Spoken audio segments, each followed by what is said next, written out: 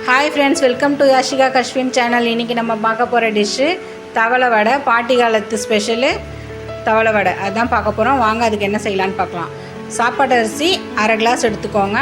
துவரம்பருப்பு 1/4 கிளாஸு, உளுத்தம்பருப்பு 1/4 கிளாஸு, கடலப்பருப்பு 1/4 கிளாஸு எடுத்துக்கோங்க. இது எல்லாத்தையும் நல்லா கழுவிட்டு நல்ல தண்ணியில் ஒரு 4 காஞ்ச மிளகாயை போட்டு ஊற வச்சுருங்க. ஒரு 2 மணி நேரம் ஊறணும்.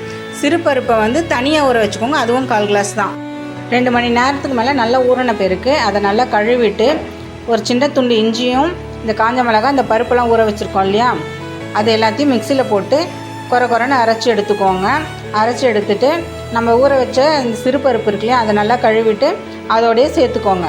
சேர்த்துட்டு 2 துண்டு தேங்காயையும் நல்லா சீவி எடுத்துக்கோங்க. இந்த மாதிரி சின்ன சின்ன பீஸ் மாதிரி சீவி எடுத்துகிட்டு அதில் ஆட் பண்ணிக்கோங்க. அதுக்கப்புறம் ஒரு ஸ்பூன் தயிர், புளிச்ச தயிர் அதையும் ஊற்றிக்கோங்க. கருவேப்பிலை, ஒரு கொத்து கருவேப்பிலை சின்ன சின்னதாக பொடிசாக கட் பண்ணி போட்டுக்கோங்க. ஒரு 1/4 ஸ்பூன் பெருங்காயம் போட்டுக்கோங்க. அதையும் போட்டுட்டு தேவையான அளவுக்கு உப்பு போட்டுக்கோங்க. உப்பு போட்டு பிசைஞ்சிட்டு ஒரு கரண்டியில் 2 ஸ்பூன் எண்ணெய் விட்டு கடுகு 1 ஸ்பூன் போட்டு தாளிச்சிட்டு இந்த மிக்ஸிலே கலந்துக்கோங்க. 1 ஸ்பூன் நெய் விட்டு மொத்தமாக சேர்த்து நல்லா பிசைஞ்சிக்கோங்க.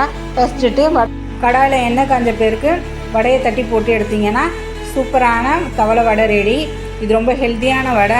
4 பருப்புங்களை சேர்த்து போட்டு செய்கிறதுனால இது ரொம்ப ஹெல்த்தியாக இருக்கும். ப்ரோட்டீன்லாம் ஜாஸ்தி. இதில் கண்டிப்பாக ட்ரை பண்ணி பாருங்கள். ட்ரை பண்ணி பார்த்துட்டு எப்படி இருக்குன்னு கமெண்டில் சொல்லுங்கள்.